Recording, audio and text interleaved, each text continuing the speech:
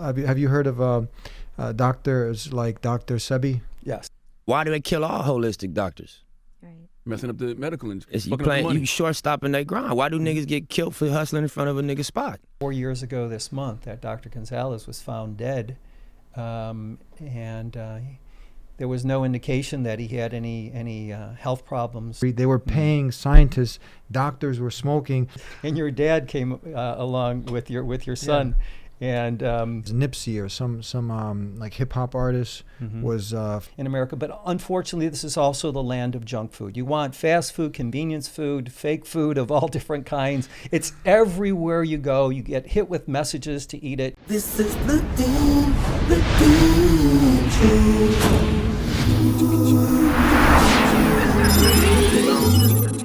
Greens and peace. How you guys doing? Welcome to the Dean Show, and I got the guru of health, former. You like that one, Jim? How you doing?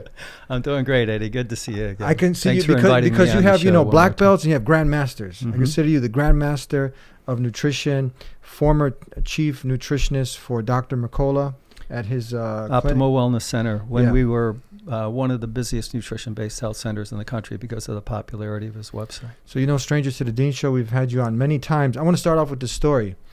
And it was when I called you about a year ago, and you've been kind of, educating a lot of the viewers, and you've been in this field for over 30, close to 40 years now? Well, I've been doing nutrition and health educating on a professional level since 1985, so 34 years. 34 years. Mhm. I called you up, and I wanted to get your advice. I'm at the airport. I'm about to hit a flight, and I usually opt out of the full body scanners.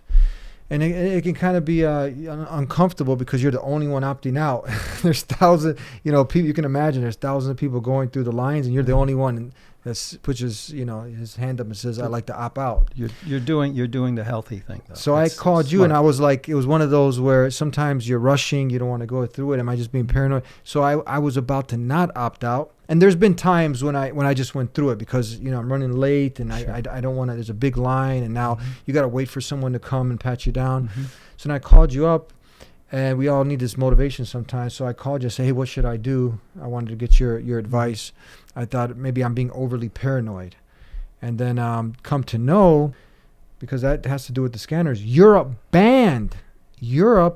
is now officially, they banned those body scanners. Mhm. Yeah, I wasn't aware of that, but What do you think about that one? I think that's healthy. And But every time I'd ask the people when I get opt out, I say, hey, this is for health purposes. I want to protect and honor my body. Be And faithful to that. You didn't mention what my advice to you was. That's why I want you to get into it. Well, you tell the viewers. No, what my advice to you Go was. ahead. Well, I said don't allow yourself to be zapped. You have the Don't allow yourself to be zapped. No, accept the conventional pat down. Let them frisk you, but don't allow yourself to be zapped. Yeah, you told me to get opt out. Yeah, pretty much. Yeah. Well, I haven't done airline travel since 2010 was the last time I did it for my own values. I just refuse to submit myself to being treated like a criminal, to have to board a jet. But I understand many people, including Dr. Grasso and Dr. Garcia, who travel a lot. Traveling is not important for my lifestyle. For many people, it is. And I can appreciate that, but it is a situation, has been for a long time now, that you're required to submit yourself to being, if not zapped, then frisked and searched as if you are a criminal. And I just will not submit myself. But then again, as I said, traveling is not important for my lifestyle. But if it is important for your lifestyle, I think the healthier option is to just let someone frisk you, let someone do a manual search, rather than zapping yourself. Because at the very least, that's another way that your biology will be stressed. Why would they ban it there, but not ban it here? Higher level of consciousness, higher level of concern for the realities of what they're subjecting people to. So didn't Europe also ban GMOs? Most of Europe, they don't with Monsanto, but over here we let it go. Well, they started here, of course. They were the genetically modified crops that were made to be compatible with the poison known as glyphosate, which the commercial name is Roundup Ready. It is a poison, and anytime you're killing something, whether you're killing weeds or whether you're killing bugs, whether you're killing bacteria, anytime you're killing any type of living organism, obviously you need to have a poisoning effect. And so they started in this country, and they've been pushed very heavily. In other countries, like you mentioned, Europe, I don't know specifically what the policy is in the European Union, but it's not as prevalent, and I think there's very little of it actually going on in countries like Russia. In fact, I wasn't prepared to specifically discuss this issue, but I think if you look it up, you'd find that the United States of America is basically GMO and glyphosate central. Yeah, it's interesting that in a lot of the popular brands, you have the EWG, Environmental Working Group. Yes, exactly. And then they release some new studies, and they found that the level that would be acceptable of, I would just think like any kind of, you drink some water and you know that there's someone urinates, just a little urine comes in your water, no one's going to drink that. But you think about if someone put some poison in your cereal, kids cereal, but they found, the EWG, and in the studies that in the major brands of Quaker Oats, and you have some of these like Honey Nut Cheerios, Natural Valley, chocolate peanut butter Cheerios, and the list goes on, that they had 230 times greater amount exposure level in Monsanto's Roundup, the glyphosate, and this is carcinogen, this can actually lead to cancer. They have it in these kids' cereals. Yeah, that's crazy. Well, it's being found in basically all aspects of the environment and the marketplace, because there are thousands. I think it's even appropriate to mention millions of tons of this stuff are sprayed every year in this country. Yeah, and so human beings need to remember, very, very important. This is something that Native American culture tried to teach the white man, the European people in this country in the 19th century. What they tried to teach the white people is a basic truth about life on this planet, which is this: whatever you do to the earth, you ultimately do to yourself. You cannot pollute the air you breathe without ultimately polluting yourself. You cannot pollute the water that you consume without polluting yourself. You cannot pollute the land in which you grow your food without polluting yourself. There was appreciation about the web of life, and how, again, whatever you do to the earth, you ultimately do to yourself. yeah. And so this is so fundamentally important to be aware of. And if you have this awareness, I think naturally with that awareness comes a respect for how you interact with your environment. Wow. And what you do to your environment. And if you understand that, if you're generating air pollution, water pollution, or polluting your land, and ultimately you're going to be polluting yourself, I think you're going to be a lot more conscientious, and a lot more reluctant to pollute the environment that you're living in. Yeah, wow, that's like you're reminding us of, that's what we call the sunnah, the way of the sunnah. This is like the way that we're taught that you're to not only, like you say, develop. We should, as human beings, develop this nutritional integrity, care for ourselves, our environment, for humanity. But when it's profits over people, when it comes down, when people don't live for a higher purpose, just for the money becomes their deity. You see, they just live for the dollar. That's very sad when that does happen. Yeah. But anyway, Eddie, I want to thank you for mentioning one of my favorite phrases and subjects, nutritional integrity. Yeah. Which I mentioned it a lot. I got that from you. Yes, fake food. Like the people know, I'm always saying, eat real food, fake food, developing nutritional integrity. This is the man we're getting it from. Yeah. Well, nutritional integrity is something that the world is in very. You're the food. You're the mufti sheikh. So we call you the sheikh is like the the teacher. Like mufti is like the born above the teacher. So I say grand master, mufti of the food, of the nutrition. So and what is nutritional integrity all about? Just to remind people of the practical meaning of developing your nutritional integrity. First of all, integrity is basically all about being honest with other people, being honest with yourself. And when you're eating fake food, pizza and all kind of, junk, it's like you're lying to your body. You're putting in, when I used to eat fake food before I knew better, I was like, every time I would eat fast food burgers with French fries, it was like I was lying to my body. But when you're eating real food, you're being honest with your body.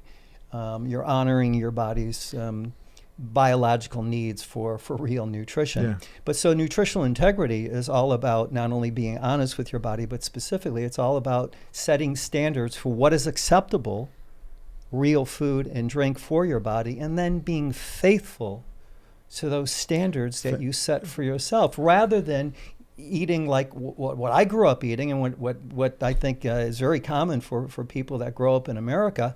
The first 20 years of my life, I grew up eating the anything goes diet. The anything goes diet is, you're hungry and you eat whatever. It doesn't matter. You have no standards. It's just whatever you have a taste for, whatever's most convenient, whatever other people are eating around you in a social situation, with basically no attention to nutrition. I grew up eating the anything goes diet, and I suffered for it. The very first time I was on the Dean Show, I talked about how the reason I started studying nutrition. Yeah. In 1977, at the age of 20, was because I reached a point in my life where I was sick and tired of being sick and tired all the time. The anything goes diet had taken its toll on me. And we all have our tolerance for how much nutritional abuse our body can take. Some people, it takes a lot longer before it starts causing their body to start breaking down in various ways. With me, I think in retrospect, it was a blessing that, I suffered so much at a relatively young age, and then, started waking up, 42 years ago at the age of 20. And that was the beginning of me, That's what kicked off where you're at today. That was the catalyst that well, had you where really I've been for a long time. Yeah. I went from being sick and tired of being sick and tired all the time to, achieving and sustaining a very high level of health for many decades. Are you the guy from the Juice Man juice? The guy who's he's glowing from all the juicing. You know the guy? You talking about Jake Cordish, Juice Man? Juice Man. Yeah. God bless him. He died a few years ago at the age of, I think it was 90 something. No, I'm joking. That's not you. But he's you're not just into also juicing, but just eating real food, eating healthy food. Mm-hmm. How do you deal with when someone, because you're really into eggs? Like that's one form of nutrition, but many people now, when you bring this up, they're really worried about the cholesterol, the fat in the eggs, and then it's something that scares people. Like too many eggs, you're gonna have a heart attack. What do you say to that? It's possible to overconsume any particular nutrient. Cholesterol is a nutrient. Your body naturally makes it. It's essential for life. And it's possible to overconsume fat. What I see people overconsuming far more commonly, though, when I work with them, especially indications of this in blood test results, is the most common overconsumption is the overconsumption of carbohydrates, especially processed sugars and processed starches. Didn't you have the sugar industry actually paid off? They end up paying off, and they started to blame fat. This was uncovered that the scientists you know about this, right? Yeah. So, any time you're over-consuming any nutrient that can have value for your body, if you're over-consuming protein, fats, or carbohydrates, especially those are the macronutrients. That's where we get our calories. Those are also used as building blocks for our body. But anytime you're over-consuming something that is essential for your biology, the very first consequence is going to be it's going to hurt your energy. So, in regard to your nutritional practices and other self-care practices, you always need to correlate your practices with your current level of health. If you're in really good health, if you experience peaceful energy, relaxed alertness, emotional poise, positive stable mood, great mental clarity, your digestion and elimination is good, you sleep well at night, you look good, you feel good, by all means stick with what you're doing. But if you're not satisfied with your level of health, if you have this nagging feeling that something is off, something is wrong, you need to change something, you need to add something to your life, you need to subtract something from your life to make it easier for your body to be healthier, well then, I think one of the things you want to do is take a very honest and careful look at what you have been eating and drinking, and it's very likely going to be appropriate for you to make some changes. But there are some general nutritional practices that are applicable to everybody. For instance, the most basic one is eat real food, don't eat fake food. Yeah, I call it that's the white belt level. That's where everyone needs to start. Yes, and but as far as like you mentioned, eggs. Yes, I'm a big fan of egg nutrition, especially raw egg nutrition from healthy chickens, as I demonstrated on the Dean Show not too long ago. The consumption of raw egg nutrition, warrior style. And last week I brought you a supply of fresh eggs from my Organic Farmer Connection, where I get my eggs, and you enjoy those eggs too. And also we met one of your clients that actually he had Crohn's disease. That's right. And he's healed from it. Yes. He's experiencing a wonderful upswing in his health. Is that something where the conventional medicine will say that's unhealable? You cannot. That's not sustainable. Yes,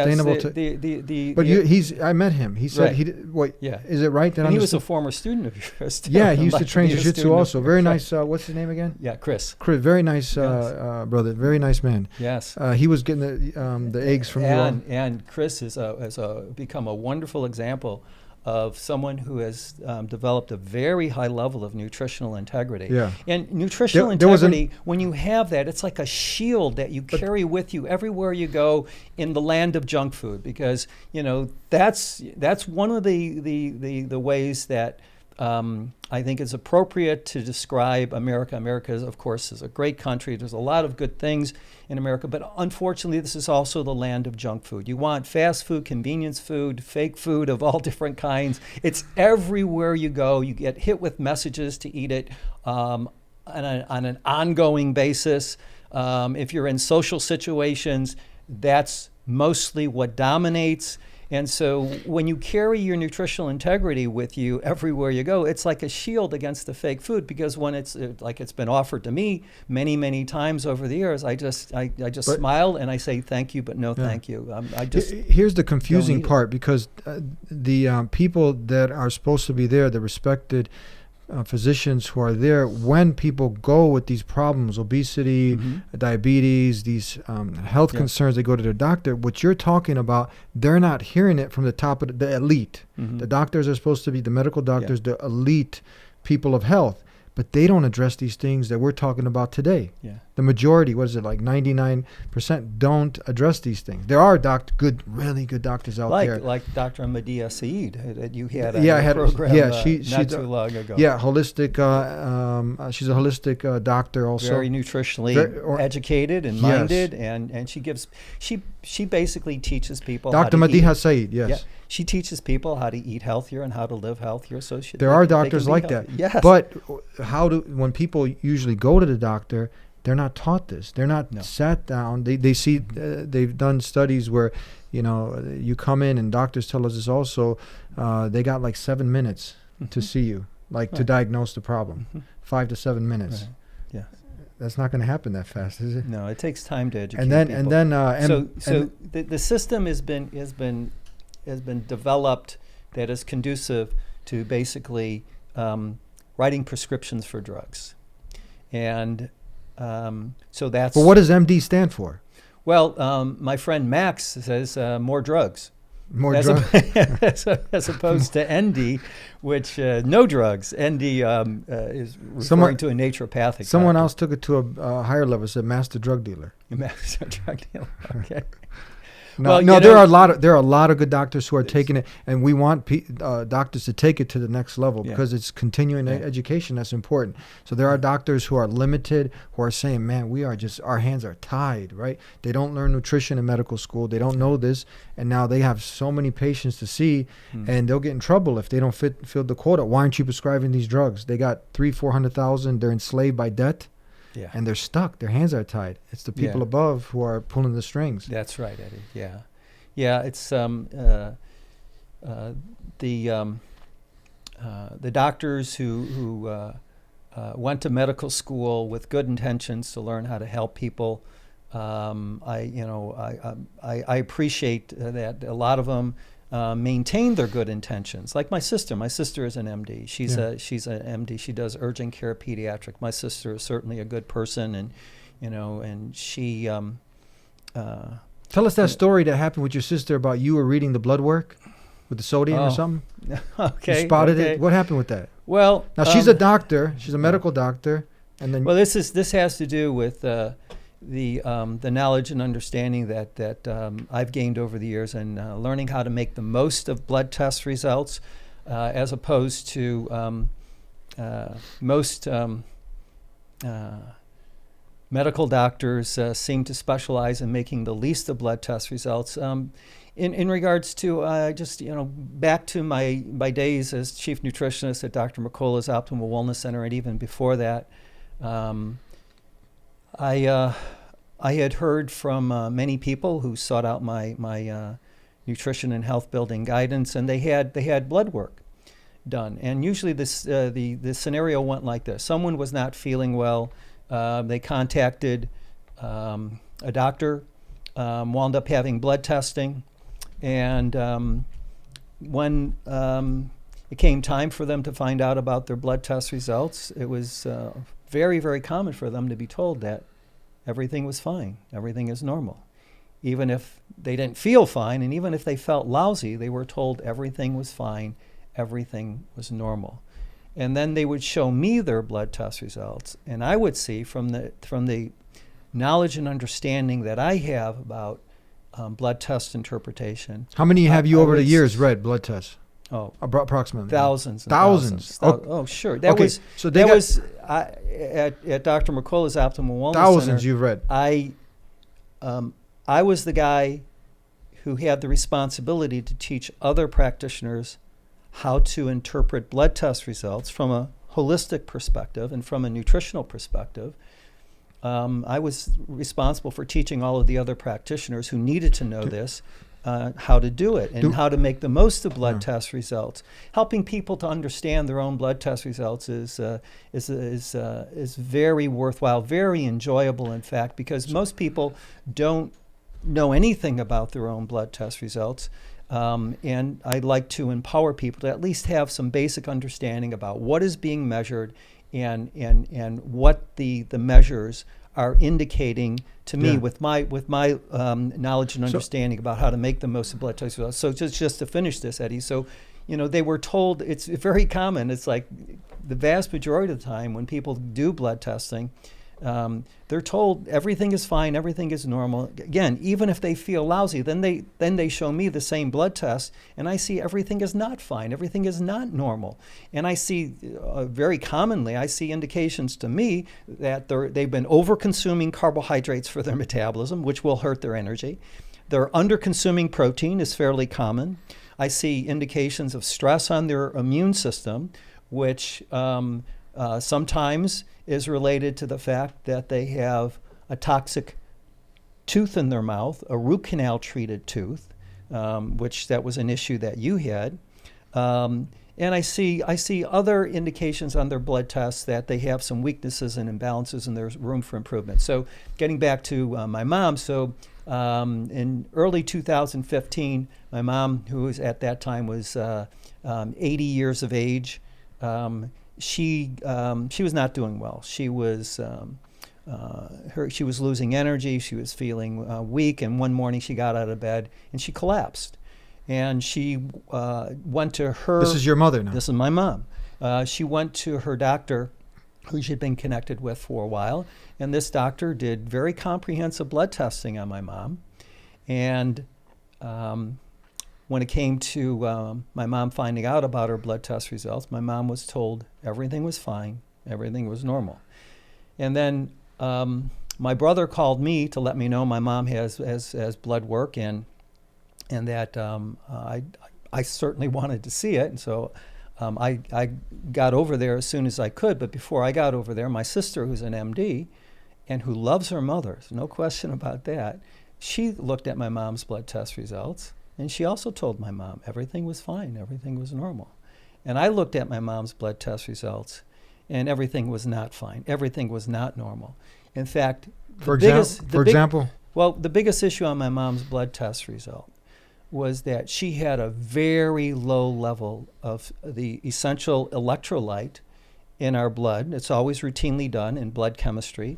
Her sodium level was really low. It was only 128, and the bottom of the lab reference range on this particular blood test was 134. So my mom was well below the bottom of the lab reference range. It got tagged as low by the lab, and both her medical doctor and her daughter, who's a doctor who loves her, either they didn't see this, they missed it, they didn't look at the blood test results carefully enough, or they didn't understand the importance of this. But there is a specific medical term for a really low sodium level, and it's a hypo, that is low, natremia, okay? And so if your sodium level in your blood is too low, you'll feel really weak.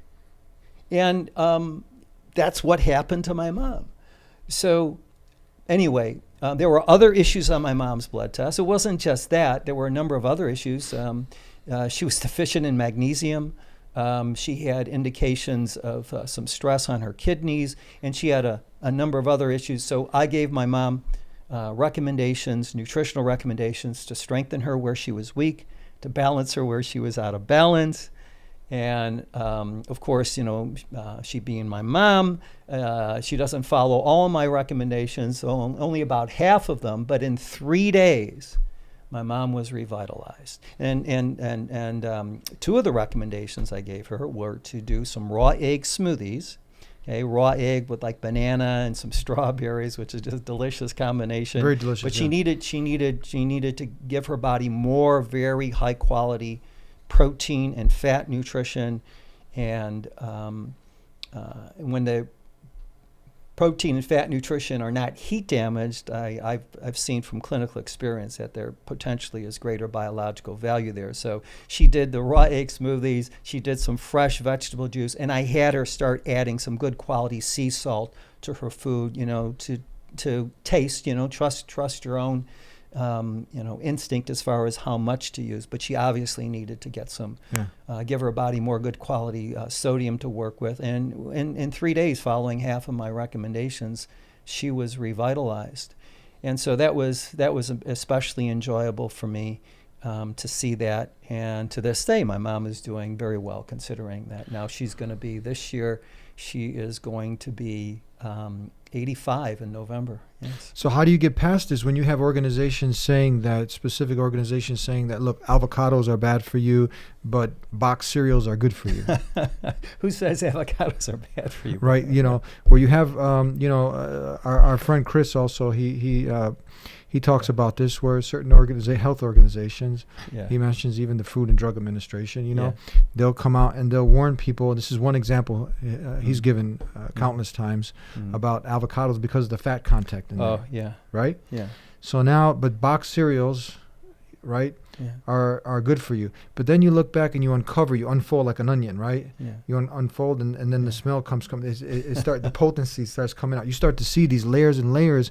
Why? And these are facts. This is not conspiracy or anything, where you have, scientists who are paid off by the sugar industry. And we know what sugar, I'm not talking about natural sugars, found in honey or dates or whatnot, but the sugar, processed refined sugars, the fake foods that's pumped into 500,000 of the fake food items out there. And now they start promoting this stuff, right? Yeah. They start, Fed Up is a great documentary that exposes this also. So now you have these organizations who are out there supposed to be helping and guiding humanity. Now we're actually getting, in most cases, bad advice. Then it's uncovered that these scientists, just like the nicotine industry, they were paying scientists, doctors were smoking. Now you have this with the sugar industry paying scientists, and now they're basically lying, right? Lying, and then they're promoting the fake foods and saying the good foods that the Creator has given us. You should be careful of eating of like avocados with the fat content, eggs that you keep promoting, and things that go more in line with common sense. Yeah, I especially enjoyed the egg party we had outside of your school last week when I brought the eggs, and I brought some eggs also my father for Chris, and your dad came along with your son, and egg party, and your dad started passing out eggs for everybody to have, and we were all doing the raw egg nutrition warrior style, except for you, because here's a prime example of how there is no one specific food that is going to be universally beneficial for everybody, because it's possible for any given individual to have an allergy to any given food,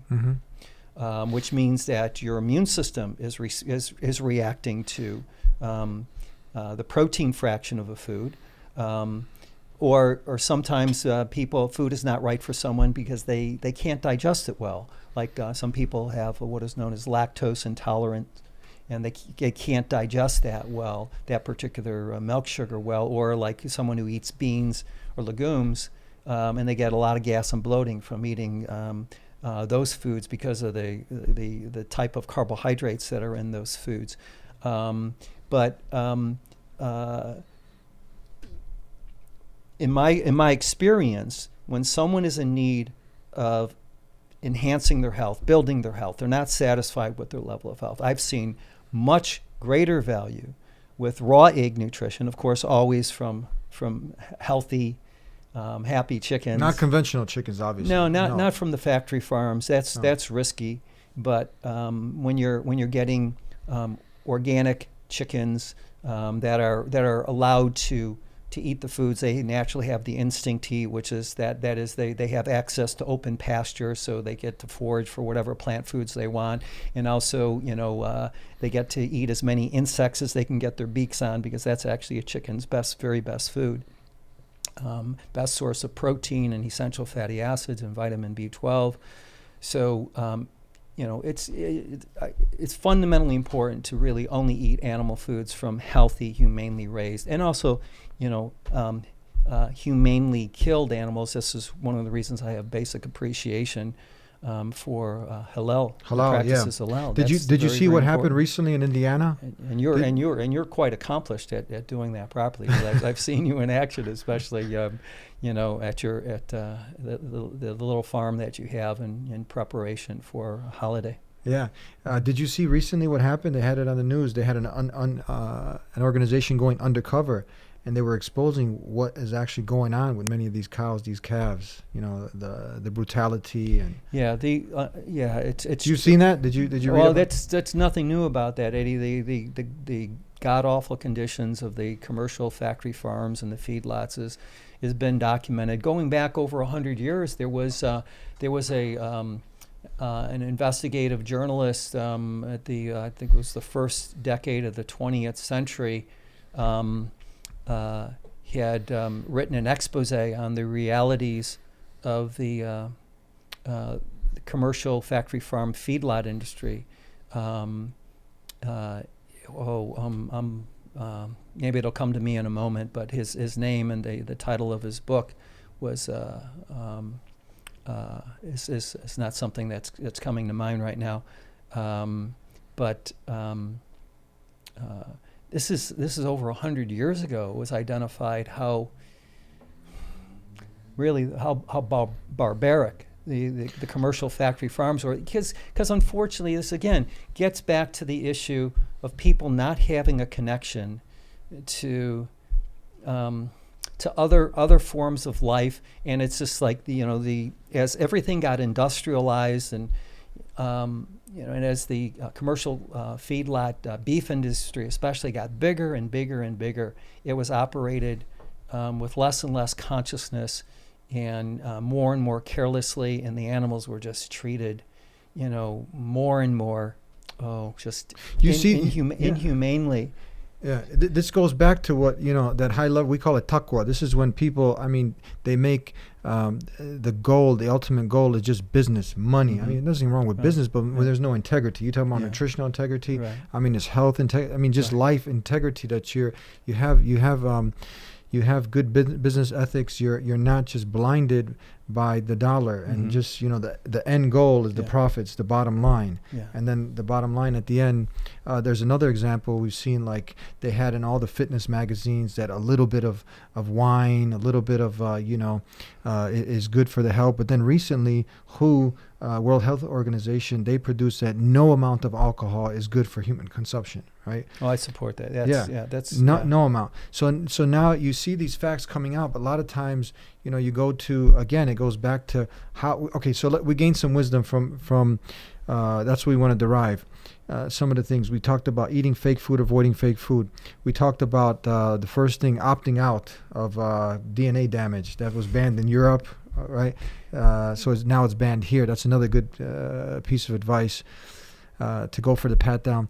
The other thing you had mentioned is blood work. It's so important. So how much blood work does the average doctor, where would you recommend them to go then for blood work, for a good reading of blood work? A functional medicine doctor? What would you you'll be more likely to really get some value from giving some of your precious blood and going through the time and expense of generating blood test results. But you're not likely to get much value at all from going through a blood testing process, unless you have something just really blatant and glaringly, either way too high or way too low as far as a blood test value. But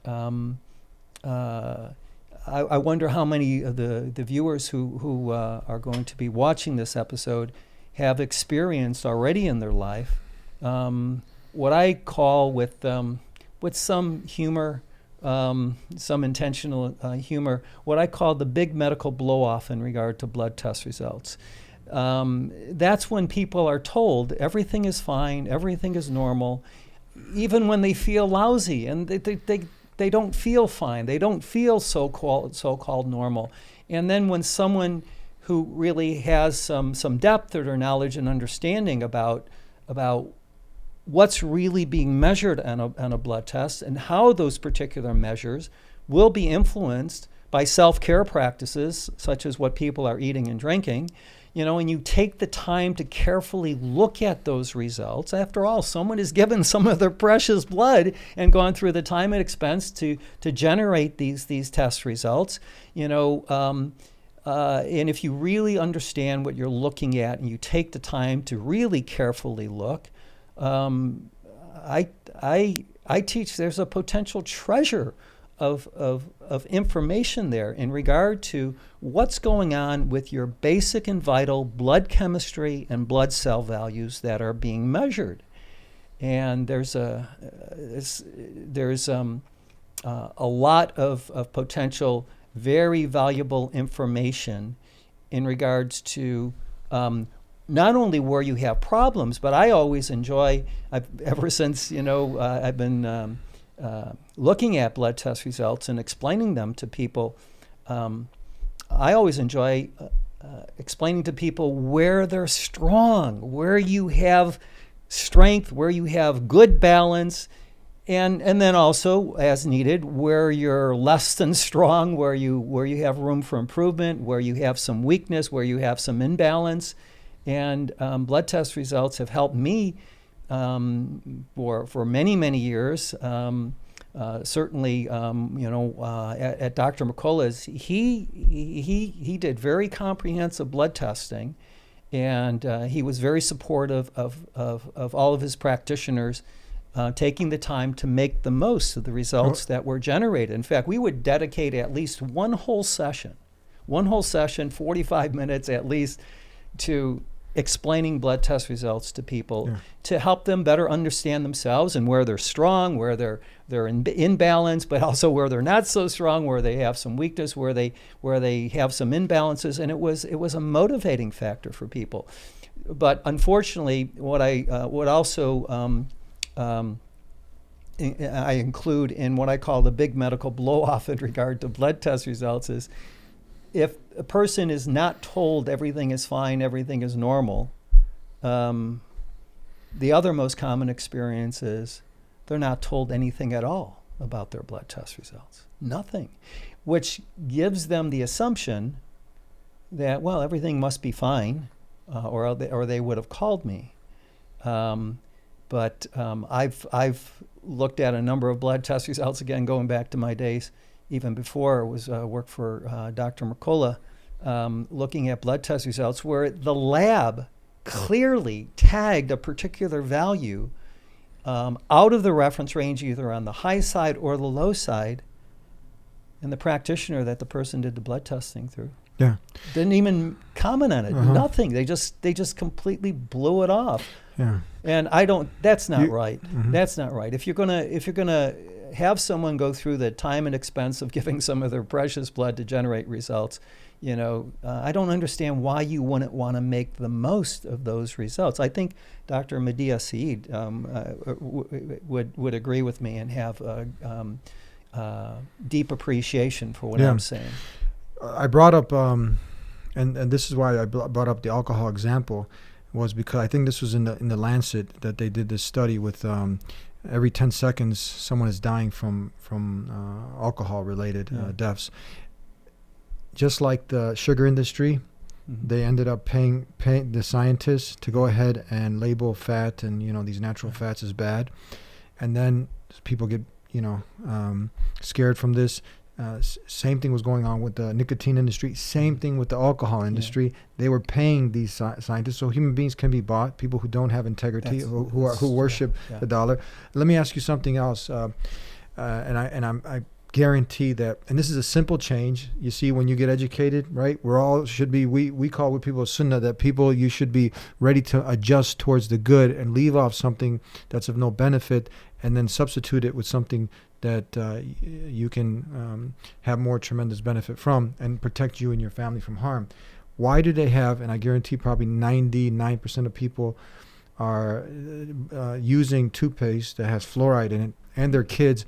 But if you I challenge you right now, if you just take that toothpaste and you turn it to the back and read the warning, and it says, if swallowed, if more than used for brushing, and the amount that they're referring to is a pea-sized amount of toothpaste. Pay attention here now. Not an ice cream scoop amount that is you see in the television commercials. No, they're referring to a pea-sized amount of the toothpaste. If more than is used for brushing, that's the amount they're referring to. More than a pea-sized amount is accidentally swallowed, contact a poison control center right away. Contact poison control. That's the acknowledgement. Go take your toothpaste right now on every Colgate box or tube of Take it out of fluoridated the toothpaste, you'll see that warning.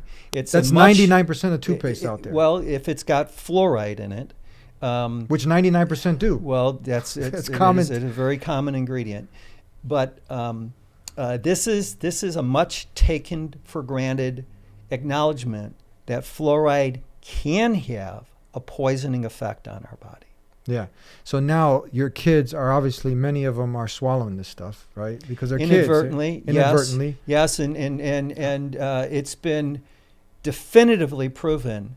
Definitively proven, especially in recent years.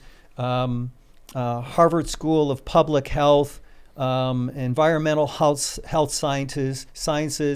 It's been definitively proven, and actually, this is reinforced all the time, that there is a very strong correlation between the levels of fluoride that children are consuming and a child's intelligence, specifically their IQ. The higher the level of fluoride that a child is consuming, the lower their IQ. Why do they put it in this if this is the risk of damaging one's intelligence, their IQ, their health? But the argument is there is just enough that will strengthen your teeth and it's not harmful. You've heard the argument for it? For fluoride? Yeah. Oh, sure. So, Yeah, what do you- it's a prime example of propaganda because it's not based on science. They don't have truth on their side. But there's big money pushing, the fluoridation of water agenda. See, it goes back to what we're talking about: profits over health, over people. Yeah. Well, fluoride is the most protected pollutant in the history of the world. In fact, some truth about fluoride beyond the propaganda that very few people are familiar with is that fluoride is the main pollutant that is generated by basically all industries that mine the earth for raw material. Fluoride is a naturally occurring element in the earth's crust. On the periodic table of elements, it's listed as fluorine. Fluorine is the pure element. Fluorine in its pure form is a very caustic, very toxic, yellowish gas. And it's the most highly reactive element on the periodic table of elements. In fact, it is so highly reactive, pure fluorine does not occur naturally in the earth. It's always found in combination with another element. For instance, fluorine, when it combines with sodium, it produces sodium fluoride. When it combines with calcium, it produces calcium fluoride. Fluoride is not a nutrient for the human body. It is a toxin. And but all major industries that mine the earth for raw materials, like the aluminum industry, the phosphate fertilizer industry, they all generate as their primary waste product, their pollutant, various types of fluoride compounds. And to make a very long Machiavellian and labyrinthian story short, during World War II, where the first experiments were done with fluoridating water because it was hoped that because there was all this fluoride pollution being generated, especially during the armaments buildup of World War II, and there were more and more lawsuits being filed against fluoride polluting industries for the fluoride pollution was causing damage to agricultural crops. It was actually injuring, maiming animals that were where people had farms that were close to a fluoride pollution generating industry like an aluminum manufacturing plant or a phosphate fertilizer industry, or there's any industry that mines the earth for raw materials is going to be generating some fluoride pollution as in their refinement processes. They're going to be generating some fluoride pollution. And so there were more and more lawsuits being generated or being filed against these fluoride polluting industries.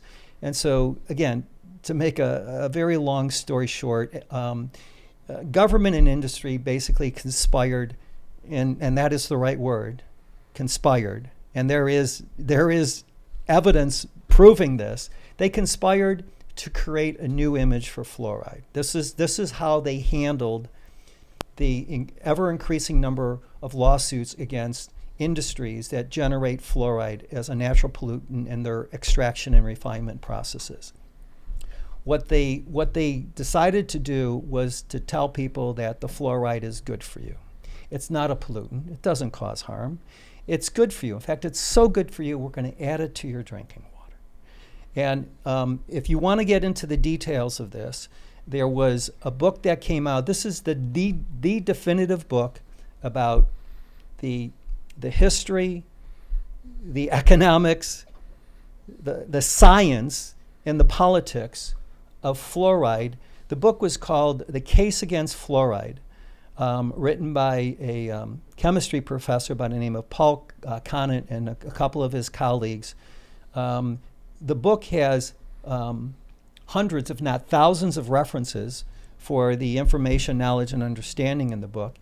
And The Case Against Fluoride by Paul Conant is subtitled with a very important truth about fluoride beyond the propaganda. And the subtitle of The Case Against Fluoride is How Hazardous Waste Ended Up in Our Drinking Water and the Bad Science and Powerful Politics That Keeps It There. Mm-hmm. Now you're really getting onto the truth about fluoride and why it's been so heavily promoted. A lot of these things, they're not hard to uncover. You just got to do a little bit of research, and the facts are there. Yeah, well, you gotta go beyond the propaganda. You gotta start asking questions rather than just accepting, the mainstream propaganda about anything.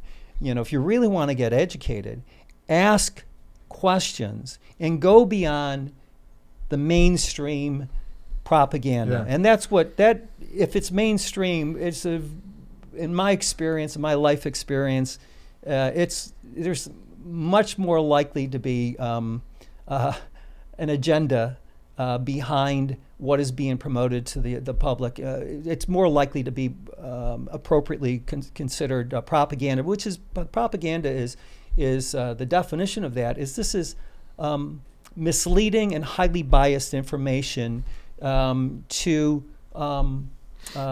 convince people of a particular point of view or a particular agenda that someone's trying to promote. But propaganda is not used to represent the truth. Mm-hmm. And one of the things that I think is important to understand is that in the history of the story of fluoride is that when the United States government decided to push the fluoridation of water as a national agenda, that started in 1950.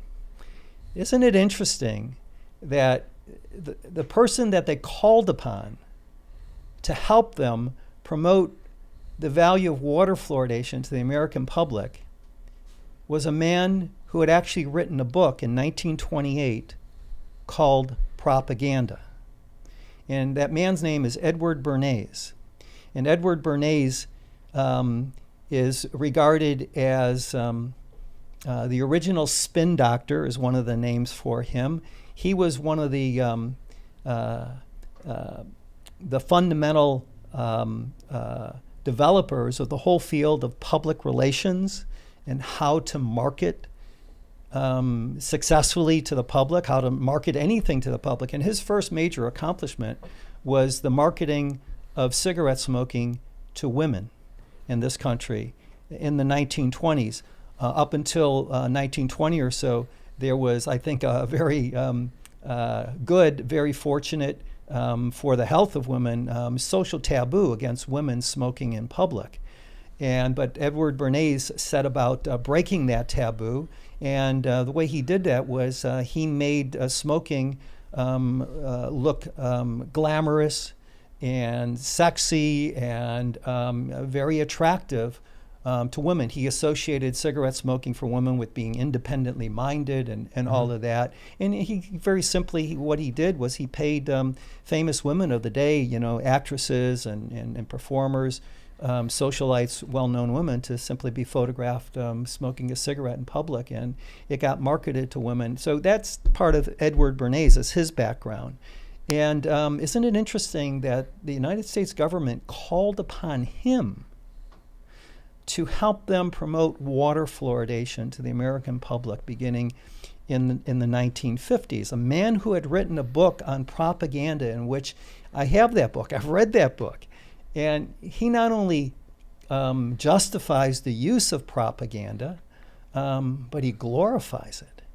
And our government called on him to help, not a scientist, not someone who was studying fluoride, but someone who is very highly accomplished in the field of This of is documented. propaganda. Yes. This is not some conspiracy. No, this is actually addressed in the case against fluoride. Yeah. Where can people look this up? This case. Well, the case against fluoride, you just Google it. You can buy it from any website that deals in real books. But the mainstream media did not give any attention to this book. The authors of the book, Case Against Fluoride, were hoping that the book would be a game changer because it's so well documented. And the fact of the matter is, it's an academic study. It's yes. And the thing is, the promoters of water fluoridation, they have never had, and they will never have, science and truth on their side. Yeah. They don't. The case against fluoride, they have they have science and truth on their side. But you know what? You know what the promoters of fluoride have on their side? They have big money. Big money. And they have political connections on their side. They've got the economic and the political power and authority status with the public on their side. That goes back with most of these things we're talking about. Yeah. When money gets involved, now you have some power, and then you're able to distort the truth. What do you think of? And I'll tell you why I'm bringing this up. Have you heard of doctors like Dr. Sebi? Yes. I don't know much about him. Personally, I've Yeah. heard about him. Mm-hmm. People have brought him up. Anytime I talk about health, someone will come up. Have you checked out Dr. Sebi? Right? Yeah. I did a little bit of research, but he recently, I think, not too long ago, he died. Well, I think it was a few years ago, actually. Yeah. Yeah. And what do you know about him? Well, not very much, other than I was interested enough in him to check out some of his presentations and some of his interviews. And I think he had deep appreciation and knowledge about the difference between real food and fake food. But as you know, Eddie, I have great appreciation for what I describe as the spectrum of possibilities for human metabolism. There is no one diet that is right for everybody. So you're on a different, what we call method. This is like a school of thought. I like your school. What your school of thought promotes is that it's not a one size fits all. That That's makes right. sense. So what? Yeah. One man's food is another man's poison. Could be. Yes.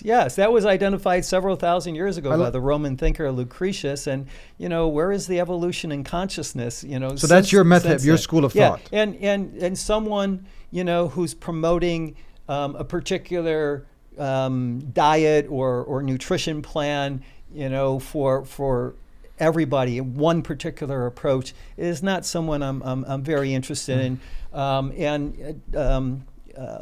Dr. Sebi seemed to me, from the presentations and interviews that I heard him give, that he had a very strong bias, I think is the appropriate word, for vegetarian eating.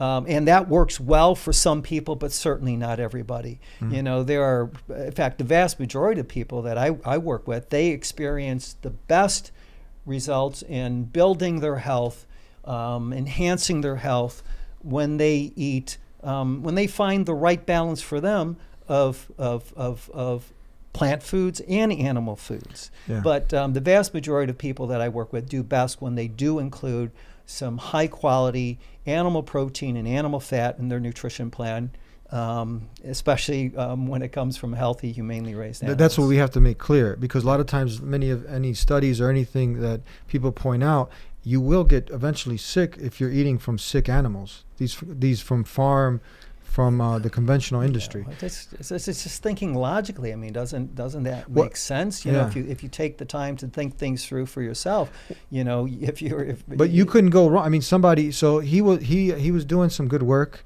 So he ended up dying in jail. There was someone. They say that he had found a cure, or he was on his way, or something like that, regarding AIDS. Mm-hmm. And there was some success in it. Mm-hmm. I don't know. Someone even mentioned Magic Johnson or whatnot, Yeah. going through him. Did you hear about that? No, I don't. So anyways, he ends up, and we believe that the Creator, God Almighty, for every disease, He sent a cure. yes. But we haven't in this industry. I remember you telling me we haven't cured anything in over 100 years. There's no. Well, you know, that's the conventional Rockefeller medicine. You know, that's, you know, they're a big part of their business model is, like you mentioned Chris before. You know, who is. You're one of your patients. Enjoying, someone that I give guidance to. You know, I don't like the word patient. For one thing, I'm not a doctor. I'm a nutrition and health educator. And the second thing is, you know, the word patient means to suffer. So, in fact, you know what I was listening to? I found a doctor recently on YouTube. His name is Dr. Stephen Hotze, and he's got a wellness center down in Texas. And you know what? He refers to all of the people that come to his health center not as patients. He refers to them as our guests. As guests. Isn't that lovely? Yeah. Our guests. And he teaches his guests. What he's doing down there is basically what we were doing at the Optimal Wellness Center. We were teaching people that really the best way to overcome what you could call the darkness of disease or dysfunction is to turn up the light of your inner health. We taught our all of the people that came to us at the Optimal Wellness Center in the glory days of the Optimal Wellness Center basically how to eat healthier, how to live healthier. This is what we call, this is like tayyibat. This is like, you mentioned halal. There's another aspect of eating tayyibat. Tayyibat is real food, organic food, pure food. This is what we should be eating, and you talk about that. So I mentioned Dr. Sebi because he ended up having some success. People are saying that he had some success. Then he started getting a lot of heat because of that.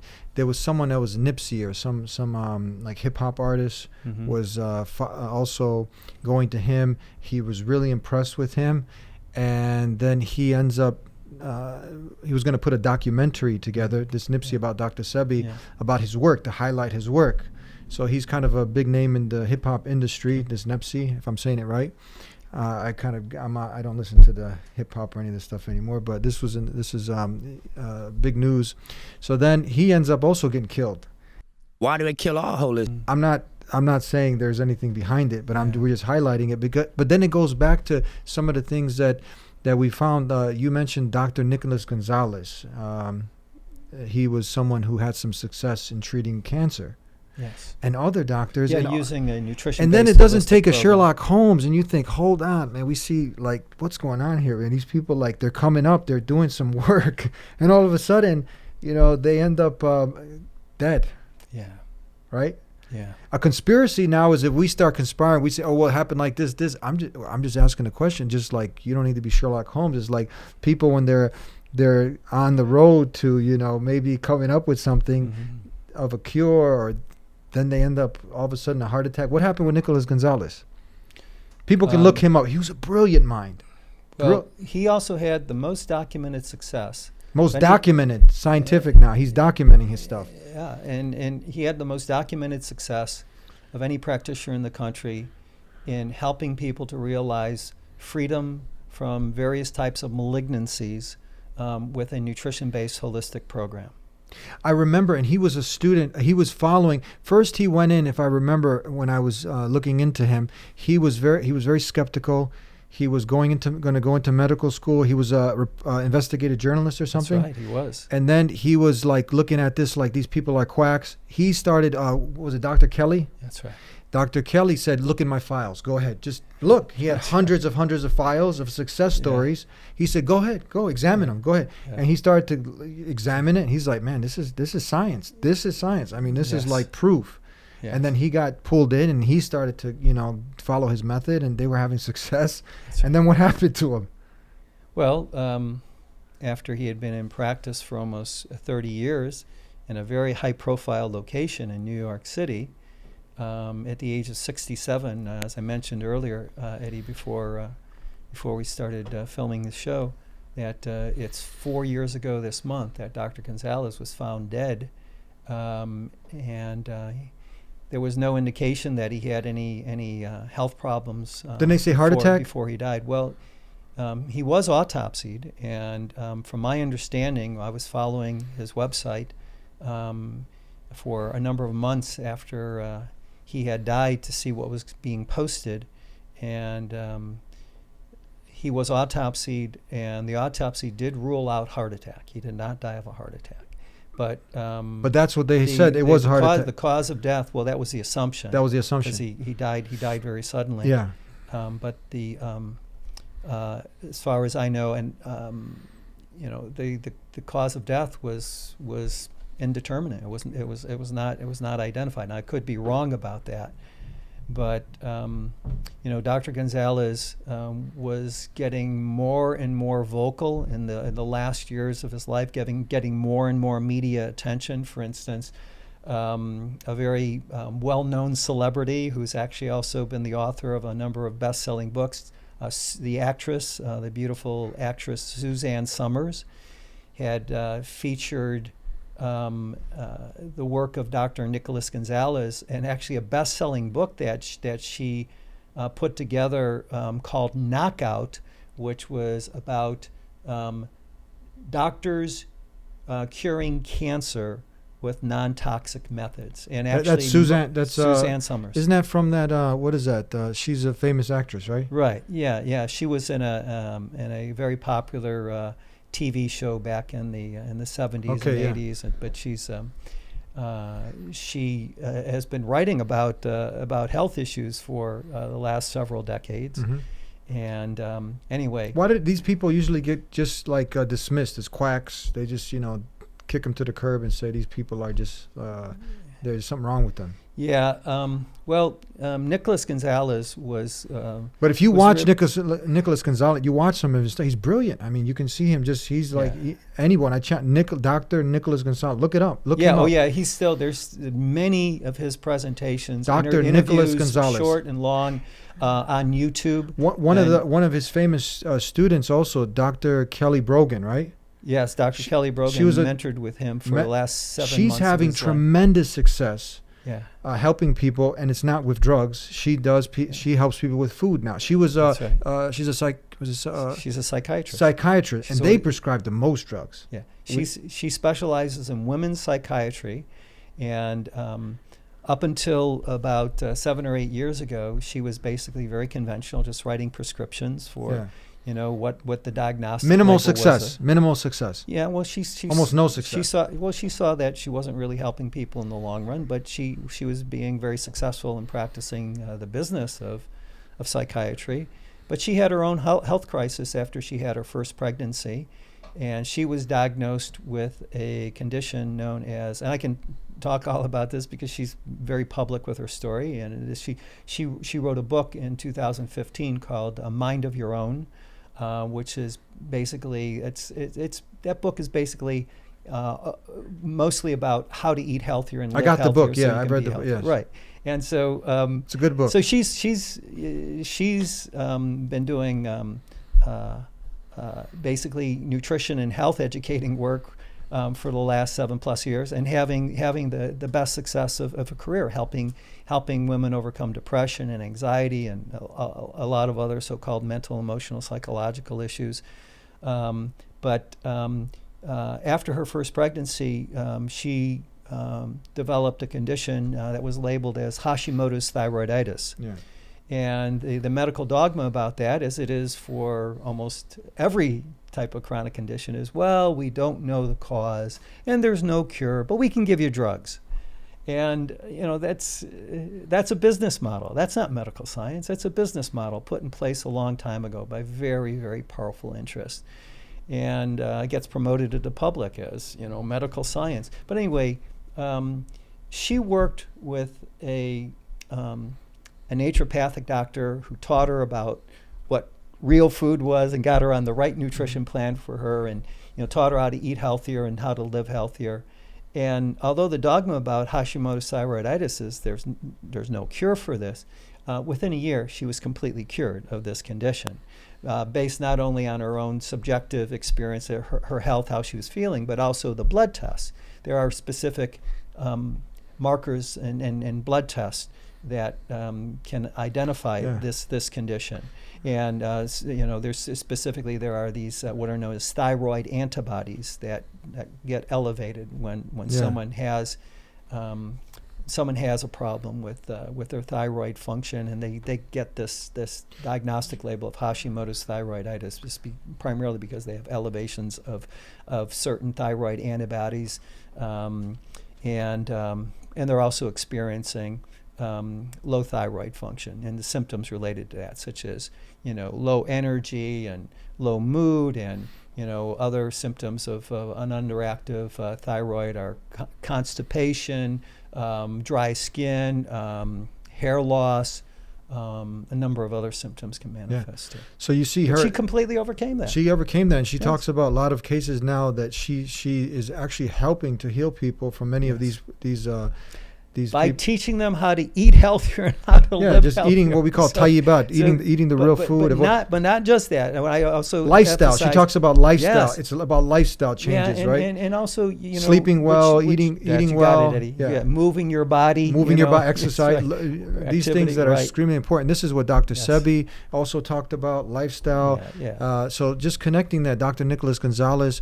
But this one I bring up because Dr. Nicholas Gonzalez, this happened to him. He died. It was 4 years ago. 4 years ago. I think Dr. Sebi, he died not too long ago, and a lot of celebrities were going. I think Michael Jackson and Magic Johnson and many celebrities were gone to him over the years. They were going to him over the years. So this got highlighted because of him saying he can cure AIDS. But then who stands in the interest? Someone say, well, why? If some people naively can say like, well, why would someone stop him? Why would anyone, if there's a cure for cancer, if there's a cure for AIDS, isn't that a good thing? Yeah. Wouldn't humanity come together to support these people? Why would they think why so, would they yes. like some people will claim you're going to get taken out? Yeah.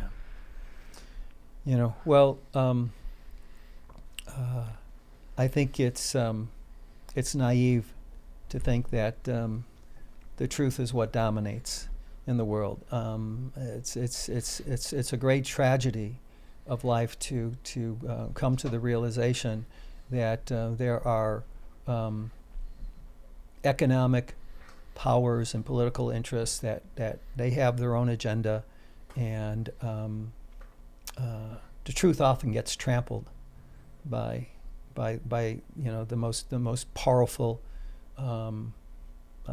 interest in the world. Think how much money now, let's say Dr. Sebi, he did come up. Let's just hypothetically, if he did, someone like him or someone else, Dr. Gonzalez, they had the cure for cancer. How long they've been trying to cure cancer now? How long has it been? I believe it's a $160 billion industry. So just think logically, how many people would be out of a job? Yeah. How many organizations would be shut down? How much money would stop coming in for the AIDS pills, like basically it's the pills that are symptom managing what's going on with these diseases. All these things would get shut down because you'd have now a cure. I had a guest come on not too long ago. He said, look, if God Almighty is the most just and fair, he's not going to limit that cure for particular people who have just so much money. It's going to be for everybody, all right? Mm-hmm. So that the cures are out there, but humans are the ones wreaking havoc. They're the ones stopping it, trying to stop it from coming out. And then it's not something far-fetched where people can research. Many people have come out. There's a list of these doctors who are good human beings who are coming out trying to help humanity. Next thing, they're drowned, they're missing. What is known as suicide. Suicide. And then their family's like, why would he commit suicide? It's like, why would you? Like all of a sudden, Jim, you have no reason. You're healthy. You're going to get you go to get fresh food every Tuesdays and Saturdays and a few times a week. You're at the farm, you're feeling good. All of a sudden, Living healthy. Jim committed suicide. Now the people that know you, they're like, come on, there's no way Jim would hang himself. Yeah. So this is what happened with many of these people. And it's just interesting. It's like, what's going on, So well, ultimately, it comes down to, where do you put your trust? I trust my God-given innate intelligence and inner capability to be healthy, and or if I manage to injure myself, like I've done a couple times recently, overdoing exercise. Yeah. I trust my God-given capability to heal, to strengthen myself where I have developed some weakness, or to balance myself where I'm out of balance. And so the intelligence to be healthy is there. We have that in every cell of our body.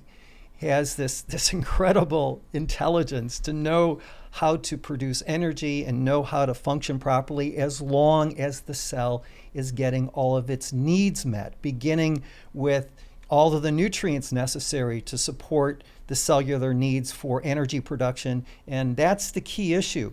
The cells can't do anything without energy. They have the intelligence is always there, but it's up to us to provide our body with all of the nutrients that are necessary for producing energy, and also the nutrients that are needed as building blocks for new cells, for new tissue. So, if you have a damaged knee, or if you have a damaged foot, like my right foot is currently injured, I banged it into a door frame accidentally. My body has an increased need now for the nutrients needed to make new cells, new healthy cells, but it also needs energy in order to do the cleaning away of the damaged, injured cells and replacing them with new cells. And that's nutrients. The body needs nutrients, beginning with the oxygen in the air we breathe. Remember, our most important nutrient is oxygen, and that's why we have a constant need to breathe, to inhale. In fact, I teach, Eddie, I don't know that I've ever mentioned this on the Dean Show, but actually our most basic form of nutrition is actually our inhale. We inhale air to get our most important nutrient, oxygen. Oxygen certainly is a nutrient. And so the better you breathe, the better your health. In fact, I've shared this with you for quite some time now. I don't miss a day of breathing exercise. I do breathing exercise. Breathing, very important. Right? Every day, because you can improve the breathing through the stomach instead of the chest. Well, breath. even more basic than that is to simply breathe consciously. Where you're actually giving your mental attention to your breath, to your inhale, and you can improve the fullness of your inhale and the completeness of your exhale if you do give conscious attention to this. And there's many different type of breathing exercises that you can do. I do a variety of different breathing exercises. My favorite one is what I call deep breathing leg raises, where I lay on my back, I inhale as fully as I can through my nose, and then I lift up my legs in good form, and I exhale through my mouth as completely as I can, and that feels the best to me. But I do a number of other breathing exercises, and my advice to people is, if you know how to do any type of breathing exercise, if you've ever learned how to do any type of breathing exercise, from because you're a singer, or because of you've done yoga, or you've done martial arts, or if you know of at least one breathing exercise that you feel good with when you do it, that it helps you to feel good, or makes you feel even better. My advice is prioritize putting the time into doing that breathing exercise every day. Yeah. It's one of those things, at least for 5 minutes, 10 minutes, 15 minutes. It costs you a little bit of time, no side effects. Right. right? At the end, you'll feel relaxed. Well, it's the most important I have, aspect. I do after my class. We'll do, and I've had my students come up. We'll do right after the class. We'll do some, stretching and some breathing exercises, and people Great. actually look forward to that. Yes. It's relaxing, it's soothing, Sure. it's calming, Yes. and people can go look at the benefits of breathing properly and breathing exercise, and you'll see a lot of different benefits. And know that you can improve the quality of your breath. Yeah, and then that's just one component to healthy lifestyle. And then if you start getting all these components right, then you're going to have more of a chance of living a more optimal, healthy life, right? Rather than just eating all the fake foods, not getting proper sleep, not developing nutritional integrity, then going and putting more drugs in your body, and then you wonder why, you got all these issues when you're not addressing the root problem, the root cause, lifestyle, right? Yeah. So we've covered a lot. I want to thank you again for being on the program. Well, you're very welcome, Eddie, and thank you again for inviting me back on the Dean Show. And I hope whoever is watching this program finds some value in it. And God bless all of your viewers. God bless you and your family. And God bless you. Remember nutritional integrity. You carry that with you everywhere you go as a shield against fake food, and the fake food, unfortunately, is everywhere in our American culture and in other cultures too. And so it's not only valuable, it's essential to have appreciation for developing your nutritional integrity. So set the bar high for what is acceptable food and drink for your body, and then be faithful to these standards that you set for yourself. And this will serve your health very, very well for as long as you're around. Beautiful advice. Thank you very much. Okay, Eddie. Thanks. Jim. Thank you, Jim Marlowe, here on The Dean Show. And you heard it. Honor the gift that the Creator has given us, this vehicle that's there to get us through life. Your body's not a garbage can. Don't put garbage in it. Eat real food. Avoid fake food. Develop that nutritional integrity, as Jim Marlowe, health educator, has shared that beautiful advice with us. And we'll see you next time. Share in the comments below some of your takeaways from this program. Share, and we'll see you next time. Until then, peace be with you.